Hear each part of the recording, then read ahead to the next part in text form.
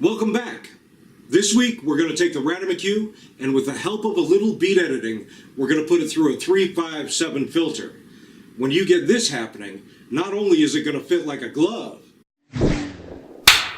but you're going to add a whole new element of cash to your playing. Now let's get out of the office and into the ChopHouse.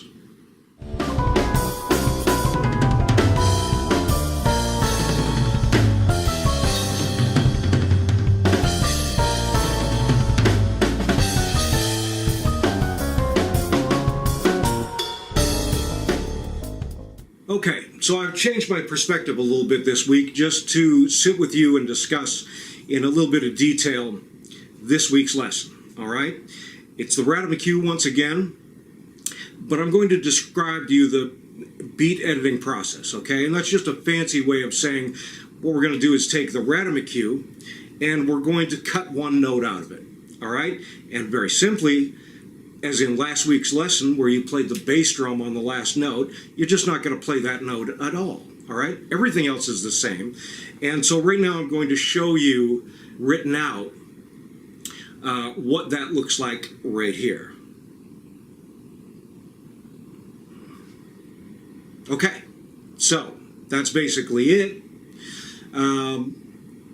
That's what it looks like in terms of how we're going to utilize it today.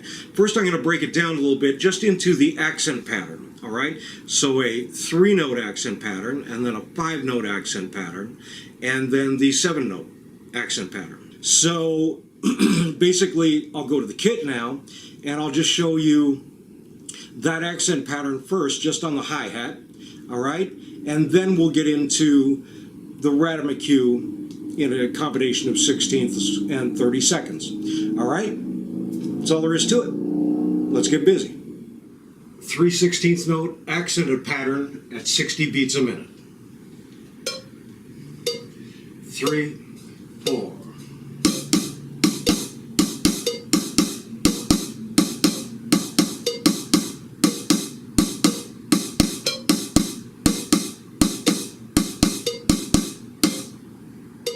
5/16th note accented pattern at 60 beats a minute.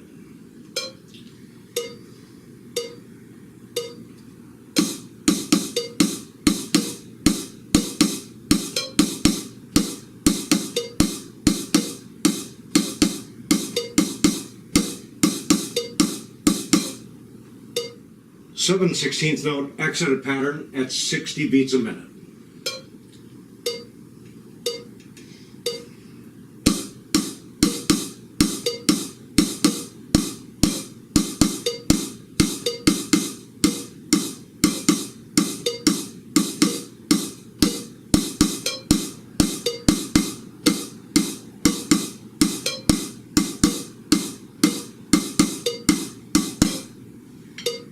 'Okay, so now that I've shown you just the accent pattern, now what I'll do is I'll break down the Ratamacue in the 16th note 30-second fashion. All right, that's what this looks like. I'll start with 3, and then I'll do 5, and then I'll do 7. Okay, here we go. Actual 3/16th note pattern, very slow, 60 beats a minute. 2, 3, 4.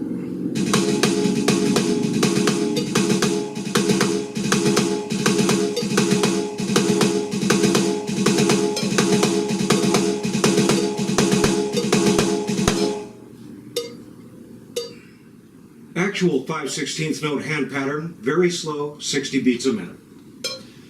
2, 3, 4.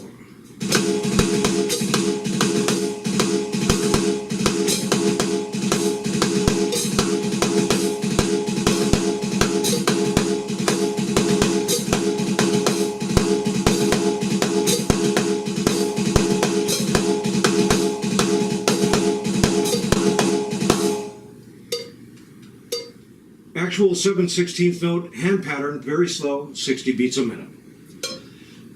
2, 3, 4.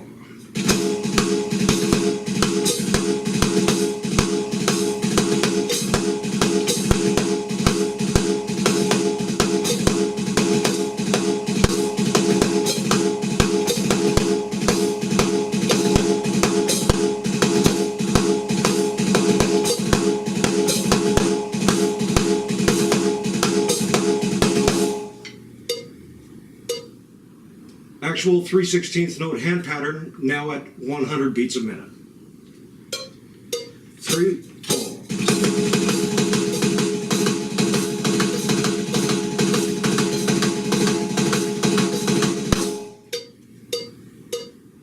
Actual 5/16 note hand pattern, now at 100 beats a minute. 3, 4.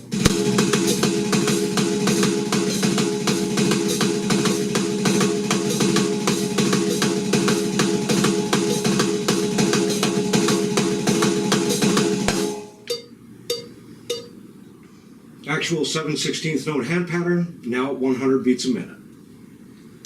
2, 3, 4.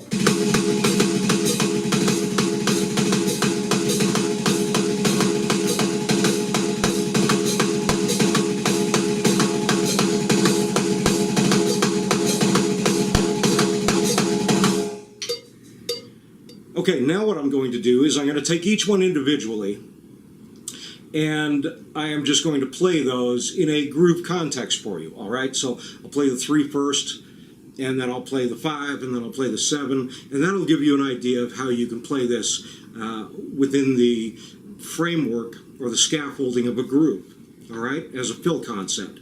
And you can take this any way you want to the cymbals with bass drums, or just to play it on the toms. Really, the choice is up to you. I left the bass drums out of the written examples just because those bass drums, you can play 1 bass drum or you can play 2 bass drums. You can do whatever you want, all right? I would say that if you're playing them on the crashes or on the ride, you probably want to put a bass drum under the accents there. On the toms, of course, you don't really have to, all right? So I will show you now the grooves in 3s, and then 5s, and then 7s. Here we go. Groove example, 3/16 note hand pattern, 100 beats a minute. 1, 2.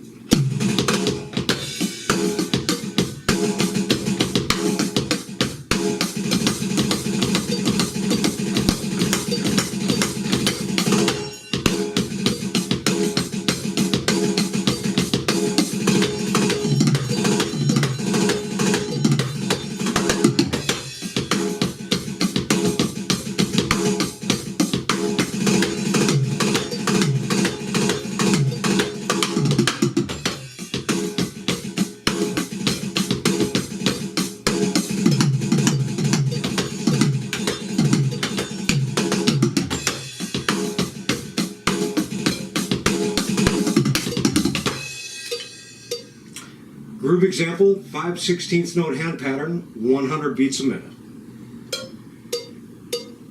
1, 2.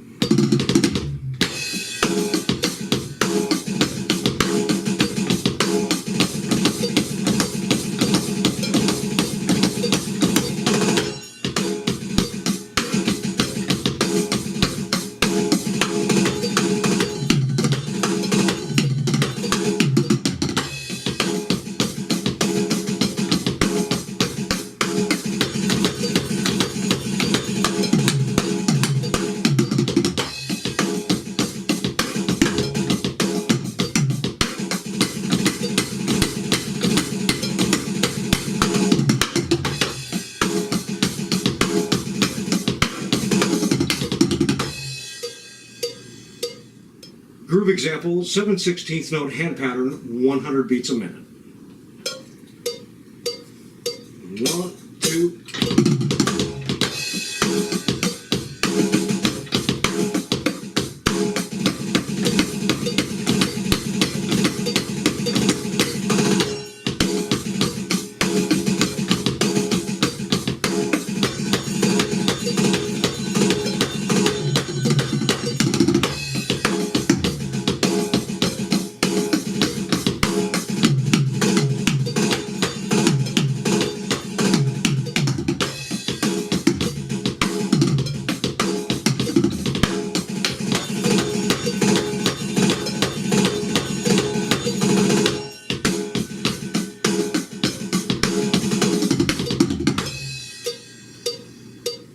Okay, so finally I'm going to take a Peter Erskine approach to working this out and making kind of a game out of it. What I mean by that is, years ago I saw this video with Peter Erskine, and he talked about setting himself up variables, all right, or certain restrictions on what he was going to play. So here we have this concept of the Ratamacue, all right?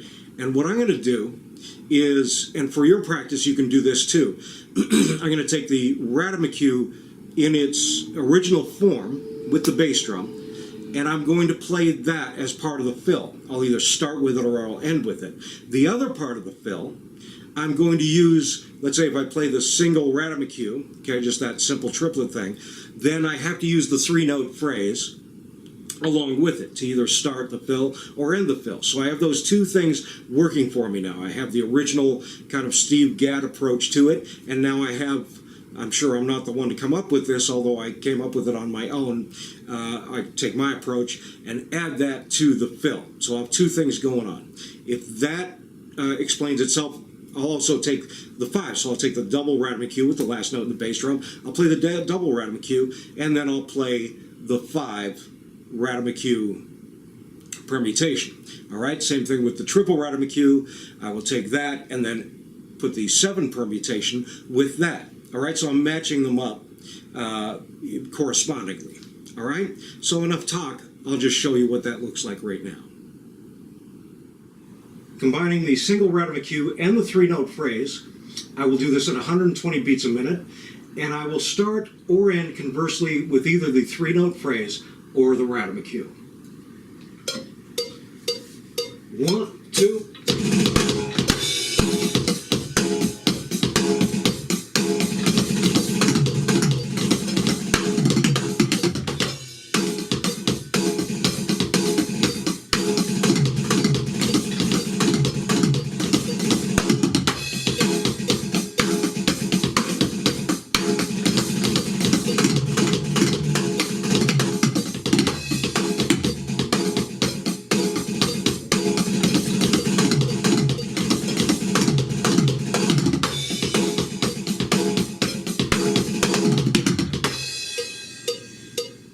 Combining the double Ratamacue with the 5-note phrase, I'll do this at 120.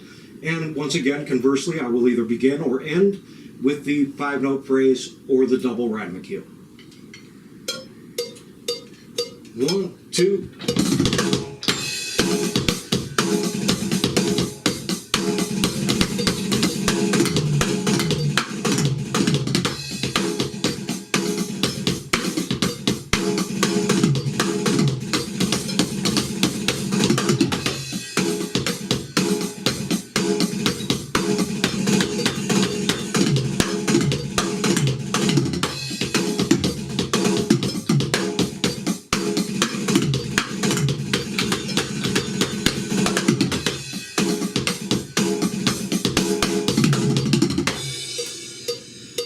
Combining the triple Ratamacue with the 7-note phrase, I will do this again at 120, and conversely, I will either begin or end with either the 7-note phrase or the triple Ratamacue. 1, 2, 3.